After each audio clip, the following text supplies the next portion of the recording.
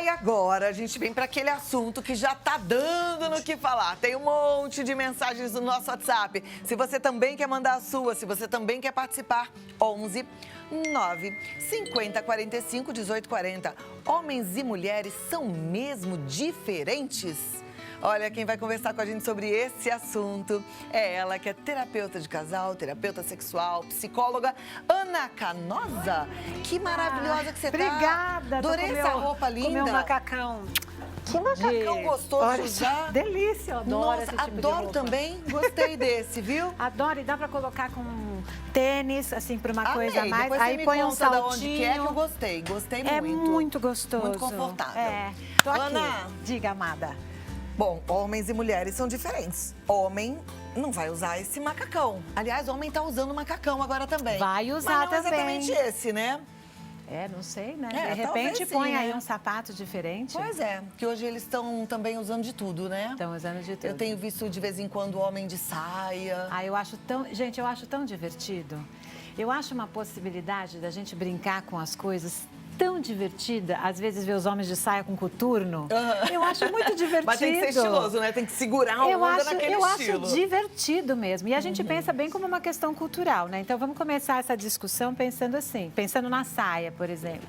Na Escócia, os homens saem de saia. Exato. Né? Eles usam aquele kilt, né? Aquela saia. E aquilo é um hábito cultural, né? Um hábito da vestimenta cultural. E eles não têm nenhum tipo de leitura a parte da cultura sobre aquilo. Aqui no Brasil, a gente ainda está caminhando para não fazer julgamentos pré-determinados que a gente chama em relação a como ser homem ou como, né, como se comportar como homem, como se comportar como mulher.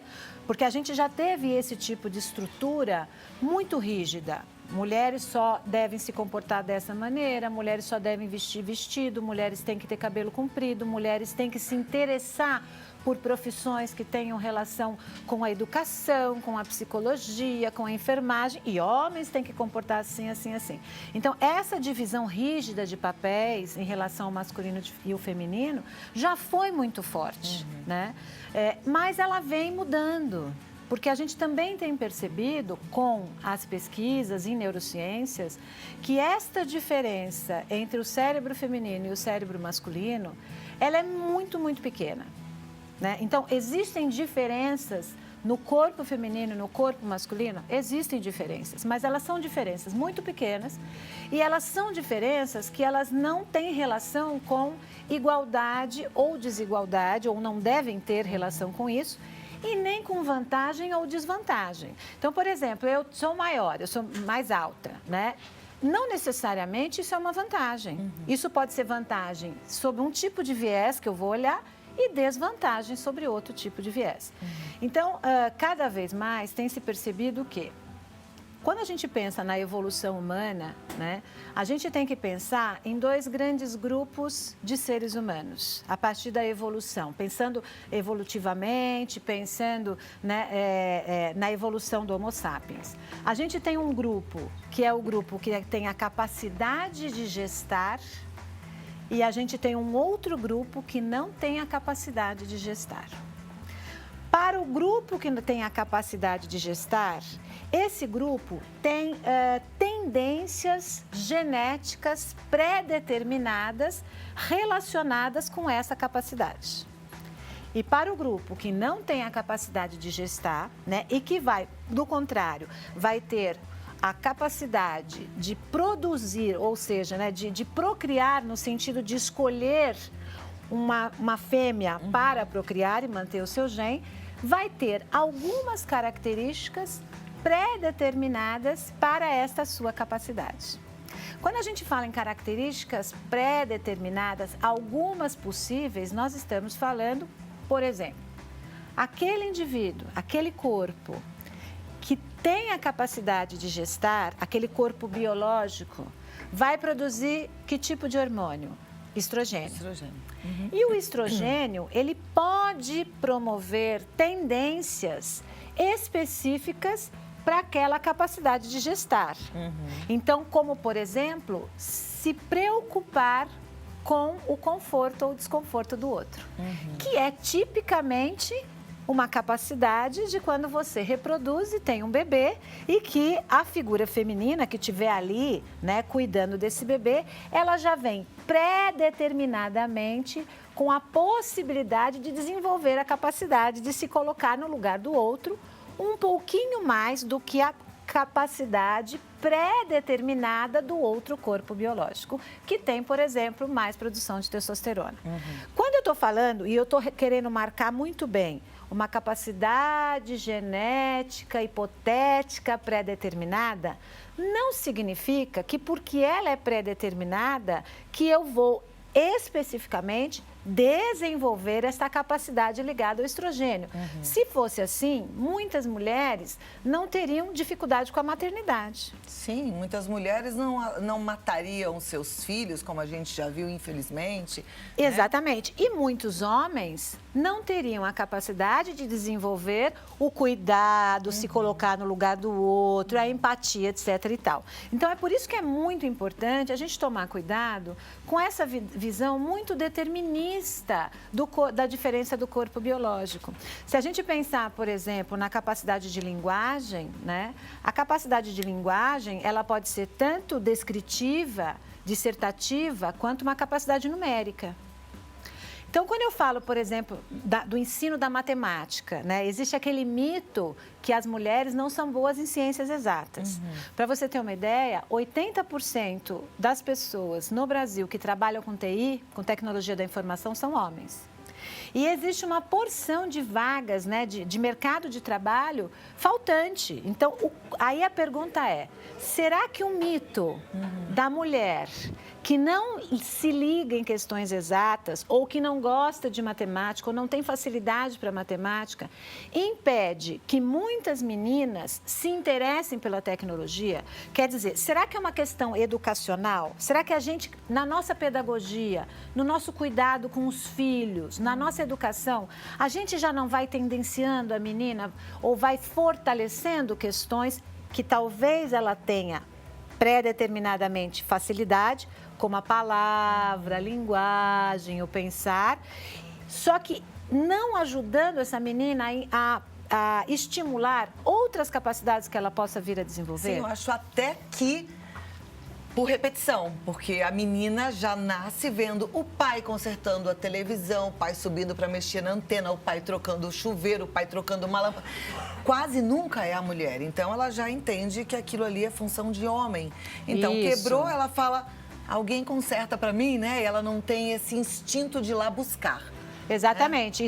E ela pode não ter nenhum instinto, mas pior, ela ter a vontade dela de aprender boicotada pela educação. Sim. Isso não é coisa de menina. Não, isso você deixa que o outro... Não, meninas não fazem isso. E nós temos, imagina, nós temos mulheres que são astrofísicas na NASA. Nós temos mulheres que lidam com questões de exatas, como nós temos homens que lidam com aquelas questões que nós temos essa ideia pré-determinada de dizer que são biologicamente e socialmente ligadas ao feminino. Então, se nós não teríamos, por exemplo, Freud, que foi o papa da psicologia e que pensou todas as relações humanas de uma maneira, né, muito assim, num esquema muito aberto e não num esquema fechado de certo e errado, sim ou não, 2 mais 2 são 4. Né? Então, quando a gente pensa, por exemplo, Ana, mas tem diferença no pensar. Vamos pensar, por exemplo, na questão da matemática. Eu tenho 2 maneiras de pensar a matemática. Eu posso pensar numa questão numérica de certo e errado e fechado. 2 mais 2 são 4. Como eu posso pensar a matemática no processo da probabilidade da matemática? E a nossa pedagogia, ela ensina a matemática na regra do certo e errado no 2 mais 2 são 4. Se você estimular crianças pequenas a pensar a matemática, a fazer raciocínios, mas num sistema mais aberto, como é, por que assim, qual é a probabilidade, qual que é o pensamento, tanto os meninos quanto as meninas são capazes de responder bem aquele aprendizado. Perfeito. Então, isso vai desconstruindo a ideia de que nós somos seres pré-determinados nos nossos interesses. Talvez a forma de pensar a matemática feminino seja num sistema mais aberto e amplo, e a forma dos meninos pensarem a matemática, por conta também da produção da testosterona, educação, dopamina, etc., talvez seja num sistema mais fechado. Então, existe diferença na forma de pensar entre homens e mulheres? Existe uma pré-determinação de você pensar um pouco mais de um jeito ou um pouco mais de outro entre homens e mulheres. Agora, tudo depende da maneira como você apresenta para as crianças as maneiras de pensar. Por exemplo, então essa história de os homens reclamarem que as mulheres falam demais, né? Ou que as mulheres, para falar um determinado tema, elas são muito objetivas. São muito pouco objetivas e prolixas. Porque os sistemas de pensamento, de linguagem da mulher tendem a ser mais abertos. Então, a gente vai fazendo conexões, aí a gente fala, aí a gente pensa no centro. Então, vai construindo. É como você pensar em situações discursivas e situações numéricas. Né? A do homem, a tendência é ser mais... É sim, é não, é assim. Agora, eu não sei se existe alguma pesquisa que comprova isso, porque, assim, na minha vivência, os homens falam muito mais e demorados e cheios de detalhes do que as mulheres. Eu entendo a mulher hoje, até porque a gente precisa ser polvo, tem que dar conta de muita coisa, muito prática, né? A gente fala pouco e resolve. E os homens contam umas histórias mais longas, né? Eu tenho percebido isso. Então, eu acho que isso também tem a ver com os processos que a gente desenvolveu ao longo do tempo, né? Uma coisa é o corpo biologicamente pré-determinado, né? Ou com tendências. Outra coisa é este corpo no social. Né, este corpo desenvolvendo outras características e outras tendências. Então, por exemplo, falam que os homens não são fofoqueiros, que as mulheres são. Os homens são mega fofoqueiros. Eles são fofoqueiros. São mega fofoqueiros. Então, assim, mas é muito mais no processo e na maneira que você educa, né, na interferência. Tem uma pesquisa, você falou de pesquisa científica, tem uma pesquisa que foi feita com 13 mil pessoas numa universidade americana, para fazer levantamento de características entre corpos biológicos femininos e masculinos. Então, eles colocaram várias características, como empatia, como tendência para exata, como agressividade, etc., como a exploração da linguagem. E o que eles perceberam? Que existem as diferenças entre corpos femininos e masculinos são muito pequenas. E existem alguns mitos, por exemplo, que a pesquisa desconstruiu, como, por exemplo, a questão da agressividade. A agressividade, né, a gente tem uma tendência a fazer uma leitura de que o homem é mais agressivo que a mulher. E não necessariamente. As mulheres são tão agressivas quanto.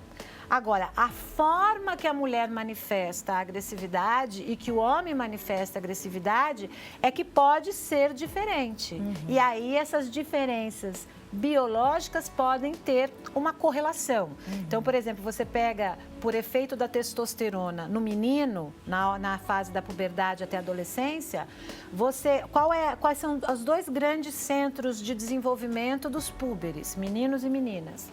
Linguagem, comunicação verbal e compleição física. E a testosterona, que está mais secretada no homem, ela ajuda o homem a, por exemplo, ter mais força física que a mulher. Então, talvez a expressão da agressividade deste homem seja através daquela energia física que a própria testosterona o faz reverberar para isso. E ainda vem uma cultura machista, né? E aí a coisa fica pior, fica grave e séria. Aliás, a gente precisa até falar disso num outro momento, porque a gente precisa... eu acho que ressaltar, assim, que as mães precisam preparar suas filhas para situações diferentes, né? Muito. As suas filhas e seus filhos. E seus filhos também. Porque a gente que educa tem que educar diferente. Exatamente. Então, eu acho que é importante a gente... acho que tiveram momentos da nossa história, nos nossos estudos, que ficou muito classicamente essa divisão de comportamento, né? Homens são de Marte, mulheres são de Vênus, tem que funcionar assim, tem que funcionar assado. E eu tenho a impressão que a gente, desta maneira, olhando as diferenças, a gente também a gente limita os indivíduos a desenvolverem outras habilidades. Então, se eu olhar para o meu filho só como menino, que vai se lidar com exatas, por exemplo, que vai se interessar por profissões como engenharia, enfim, das ciências exatas, que só vai se preocupar com a questão do esporte por conta da questão física, que não vai entender literatura, que não vai gostar gostar de linguagem, Uma de uma questão de linguagem... estímulo, né? Se você estimular... É uma ele a- questão de você estimular. É uma questão de você estimular. E né? de repente, as meninas, aí você fala assim, a mulher consegue fazer várias coisas ao mesmo tempo. Aí você dá várias tarefas para sua filha e fala, não, faz só isso, homem não dá conta de fazer tudo ao mesmo tempo. E aí você né? acomoda, porque é Acomoda. fácil também eu me acomodar em determinadas atividades e me apoiando nessa diferença biológica. Então eu digo assim, homem não é bom para fazer 10 coisas ao mesmo tempo. Quem disse?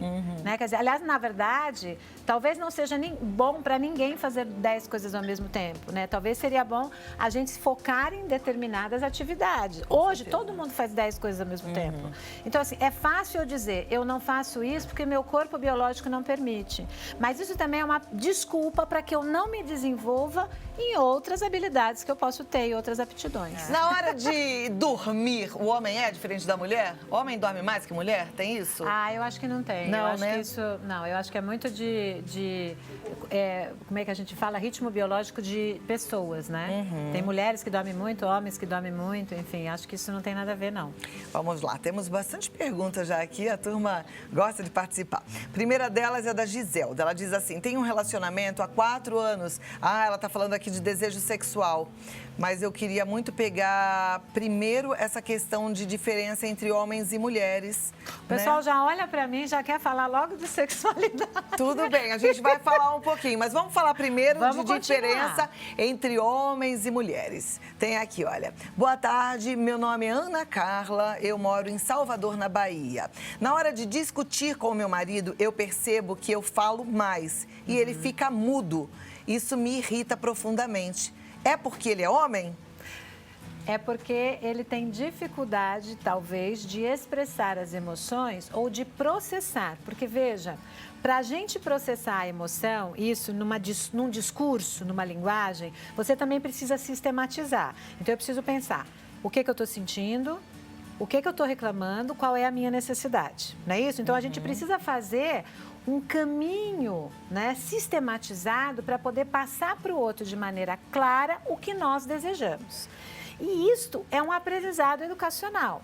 Então, assim, será que isso é uma questão masculina? Ou será que nós não educamos muitos homens para registrar as suas emoções e a maneira de expressá-las? Porque homem, afinal de contas, não chora, homem não, né, é mais frio, homem é mais objetivo, homem é mais prático. Então, o quanto que a gente ensinou para esses homens, né, a linguagem emocional. O que você está sentindo? É saudade? Expressa a saudade. Você está sentindo sofrimento? Expressa o sofrimento.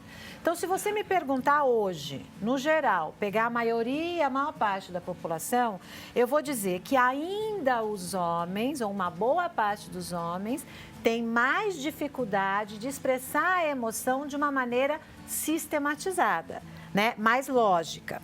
E as mulheres também precisam aprender a fazer este treino da linguagem para sistematizar e ser lógica. Porque muitas mulheres também têm dificuldade, elas se perdem no pensamento. Então, elas vão criando e tal, e perdem o pensamento. Então, o grande problema é esse.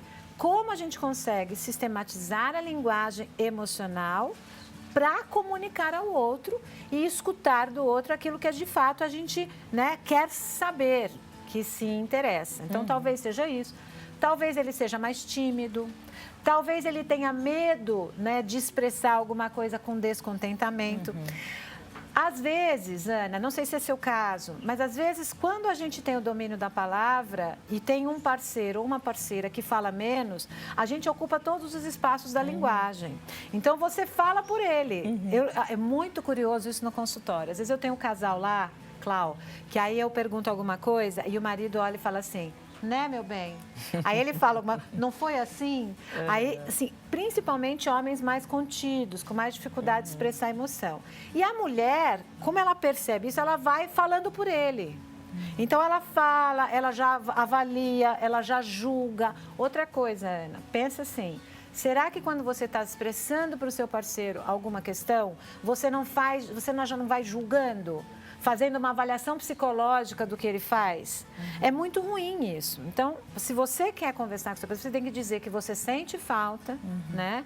Que você se sente, assim, muito solitária né, nessa conversa e que você está aberta a acolher os sentimentos dele. Mas tem que estar aberta, porque às vezes a gente faz uma pergunta esperando essa resposta e o outro traz uma resposta diferente.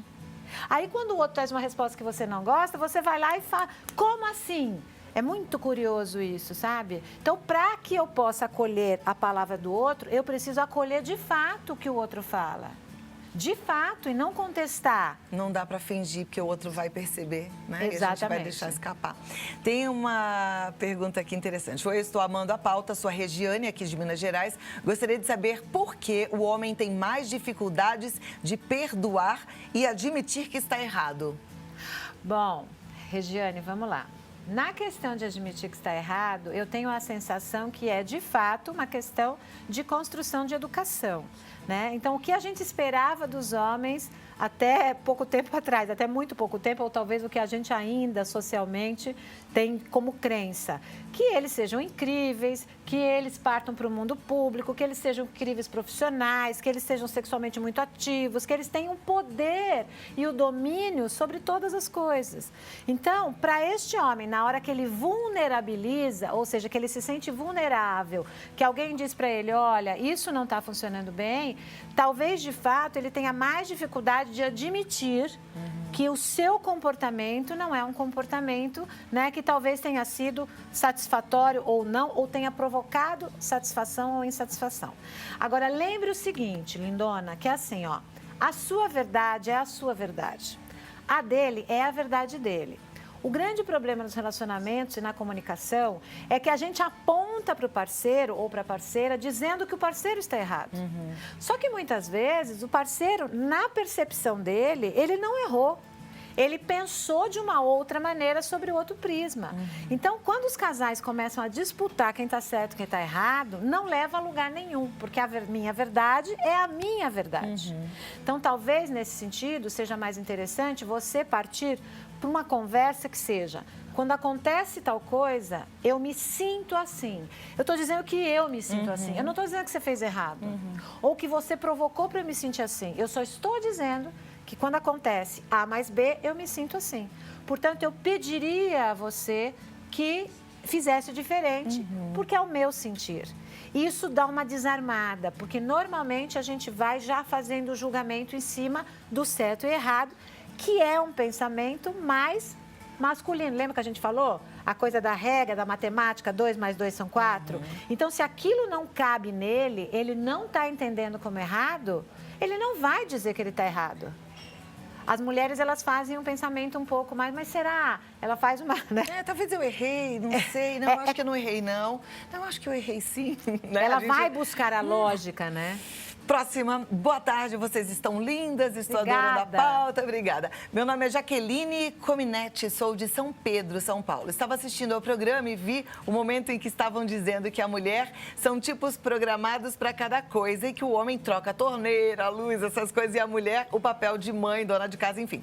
Só que na minha casa eu sou o tipo de mulher que faz tudo, desde subir em cima do telhado até cuidar da casa, trabalhar fora. Já o meu marido é o tipo folgado e não faz nada. Será que é por conta da criação mesmo ou porque ele não tem vontade de ver uma casa arrumada?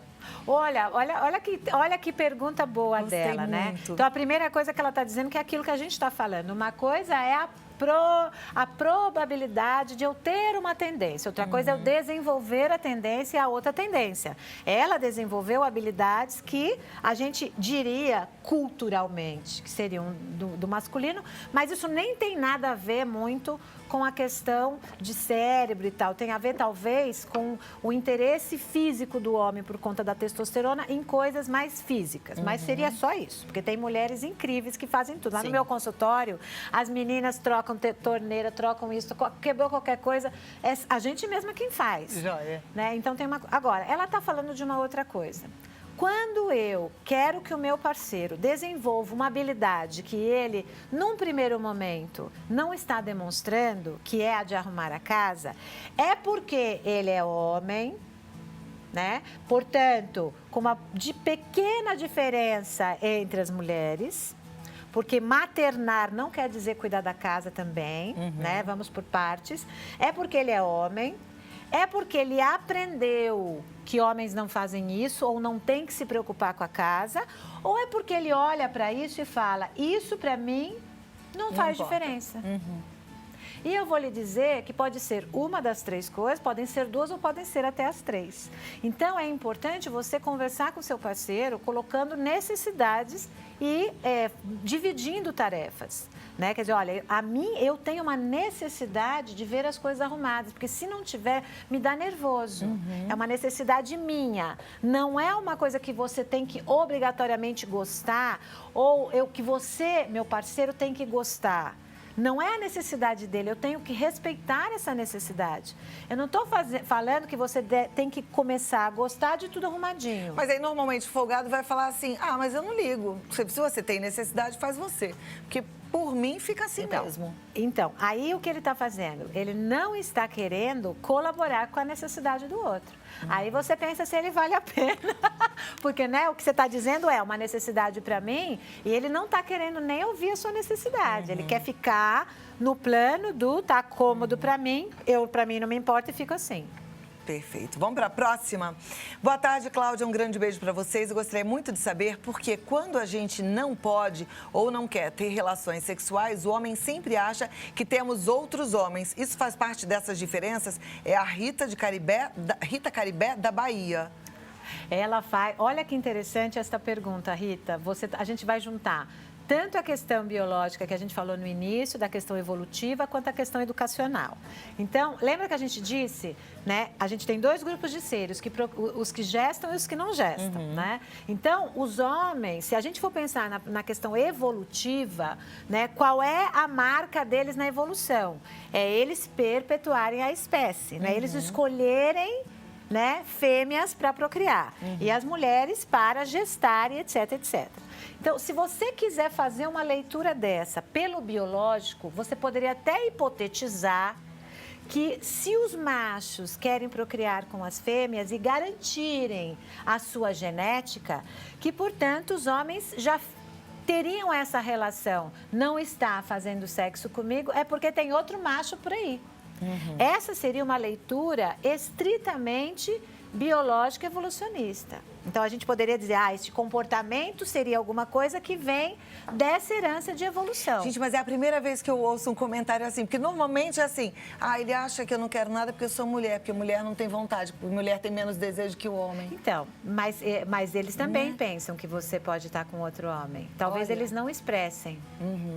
Agora, isso nós estamos falando de um ponto evolucionista. Nós não somos mais primitivos, nós não somos mais os homo sapiens que andavam na caverna. Nós evoluímos e desenvolvemos uma série de outras habilidades. Agora, determinados padrões culturais continuam sendo muito fortes. Então, assim, a mulher só pode ter um parceiro, a mulher não pode desejar mais ninguém. Então, também tem uma questão aí que é educacional, que tem a ver também com o seu parceiro. E também pode ter uma outra coisa, que não tem nada a ver com o que nós estamos falando, que é a maneira como o seu parceiro entende o amor. Se ele entende o amor através do sexo, ele pode achar que porque você não faz sexo, que o seu afeto está ligado a outra pessoa. Aí já não tem mais nada a ver nem com o biológico, nem com a educação. Tem a ver com o seu parceiro e a construção de afeto dele. Ele também pode ser uma pessoa mais possessiva e mais ciumenta. É uma outra coisa. Aí já é uma questão de desenvolvimento da própria personalidade. Vejo que não existe resposta fácil para esse tipo de questão. E não existe regra e é difícil conhecer o outro na totalidade, né? Exatamente. Vamos para a próxima pergunta. Não quero me identificar. Gostaria de saber se trair é parte do ser diferente do homem, pois nós mulheres não fazemos isso. É parte da forma como eles se sentem melhores? Olha só, de novo, nós vamos entrar numa seara complexa. Por isso que eu quero muito pontuar que nós temos várias dimensões na nossa vida, biológico, psicológico, etc. Então, a gente nunca pode olhar um fenômeno a partir de uma coisa só, porque senão a gente reforça, né? A gente reforça crenças e padrões.